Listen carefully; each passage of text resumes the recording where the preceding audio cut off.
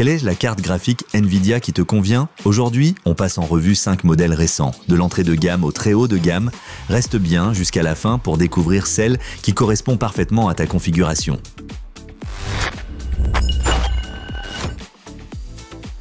On commence avec le modèle d'entrée de gamme de notre classement, la RTX 4060 au format Low Profile signé Gigabyte. C'est la carte idéale pour ceux qui veulent assembler un PC compact sans faire l'impasse sur les fonctionnalités modernes. C'est la plus petite et la plus économe de ce comparatif, mais attention à ne pas la sous-estimer, elle a plus de ressources qu'on ne le pense. Pour une carte low profile, les performances sont vraiment impressionnantes. Elle repose sur l'architecture Ada Lovelace, propose du ray tracing et DLSS 3 tout en restant fraîche et silencieuse grâce à ses 3 ventilateurs. Ses 8 gigaoctets de mémoire vidéo et sa fréquence boost proche de 2500 MHz sont largement suffisants pour du jeu en Full HD. Dans un HTPC ou un PC de bureau compact, elle est un excellent choix. Évidemment, avec seulement 8 gigaoctets de mémoire et un bus 128 bits, elle atteint rapidement ses limites en 1440p ou 4K. Et en utilisant de la GDDR6 au lieu de la GDDR7, on sent bien qu'elle est pensée pour un usage modéré. Pour les gros jeux AAA récents, mieux vaut viser plus haut. Mais si tu veux une carte fiable pour du gaming quotidien ou une machine compacte, celle-ci est faite pour toi. Et au fait, tous les modèles testés sont disponibles au meilleur prix. Comme toujours, dans la description sous la vidéo.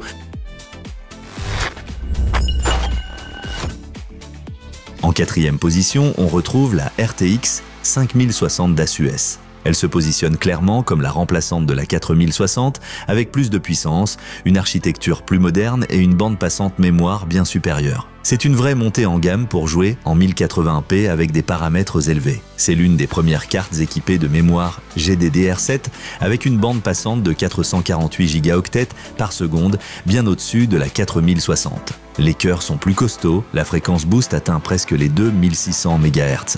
Le refroidissement est efficace et silencieux, le design est compact et elle consomme très peu, parfaite pour les PC modernes sans alimentation surpuissante.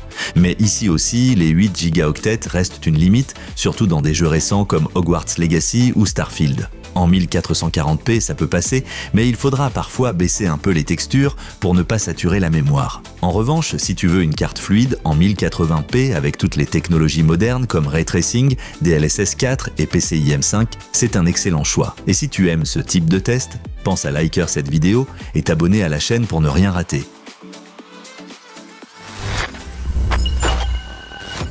Là, on passe à la vitesse supérieure, en 3e place, la RTX 5070 de Gigabyte. C'est une carte clairement taillée pour le gaming haut de gamme, avec assez de puissance pour jouer en 1440p fluide, voire même en 4K avec quelques réglages ajustés. Avec 12 gigaoctets de GDDR, 7 et une bande passante large, elle envoie du lourd. Ses performances sont très solides. Architecture Blackwell, connectique moderne, triple ventilation pour un refroidissement optimal et 672 gigaoctets par seconde de bande passante. Dans les jeux exigeants ou avec Ray Tracing, elle s'en sort beaucoup mieux que les modèles plus petits. Si tu veux dépasser la Full HD, c'est ici que ça commence sérieusement. Son seul vrai défaut, c'est son bus mémoire à 192 bits. Pour du 4K pur et dur, ça peut être un peu juste, même si la bande passante est globalement très bonne. Et avec 250 watts de consommation, il faut aussi prévoir une alimentation solide et un bon flux d'air dans le boîtier. Mais pour les joueurs exigeants qui veulent du 1440p fluide et une carte qui tiendra plusieurs années, c'est une option ultra convaincante. En plus, la version Eagle offre un excellent rapport qualité-prix. La 2e place revient à la RTX 5080 de MSI, une vraie carte haut de gamme extrêmement puissante. Avec plus de 10 000 cœurs CUDA, 16 gigaoctets de mémoire GDDR7 et un refroidissement Shadow éprouvé, elle est parfaite pour du gaming en 4K, du ray tracing ou des tâches créatives comme le montage vidéo ou la 3D. Son design triple ventilateur garde les températures basses, même à pleine charge. La mémoire n'est pas seulement grande, elle est aussi ultra rapide. Avec 960 Go par seconde, on est dans le top du marché. Son format est même compatible avec les petits boîtiers, ce qui est impressionnant vu ses capacités. Et bien sûr, elle embarque DLSS 4, Reflex et toutes les dernières technologies NVIDIA. Son seul défaut, elle consomme beaucoup, environ 360 watts. Il faut donc une configuration bien pensée. Et niveau prix, on est clairement dans le haut du panier. Mais en contrepartie, tu obtiens une carte premium durable et qui encaissera toutes les charges sans broncher. Si tu veux le top de la performance sans passer au modèle ultime, alors la RTX 5080 est clairement celle qu'il te faut.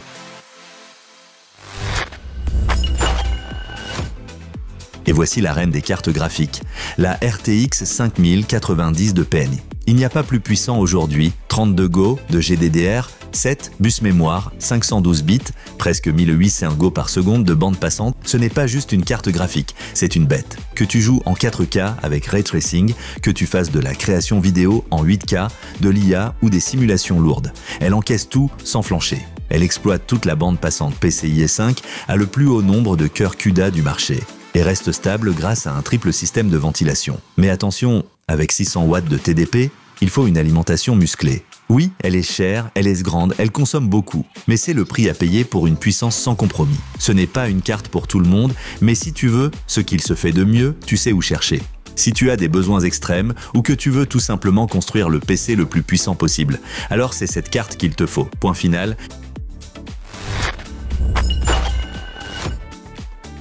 Tu veux te procurer l'une de ces cartes? Tous les meilleurs prix sont dans la description sous la vidéo. Et surtout, pense à laisser un like et t'abonner, il y a encore plein de tests passionnants à venir.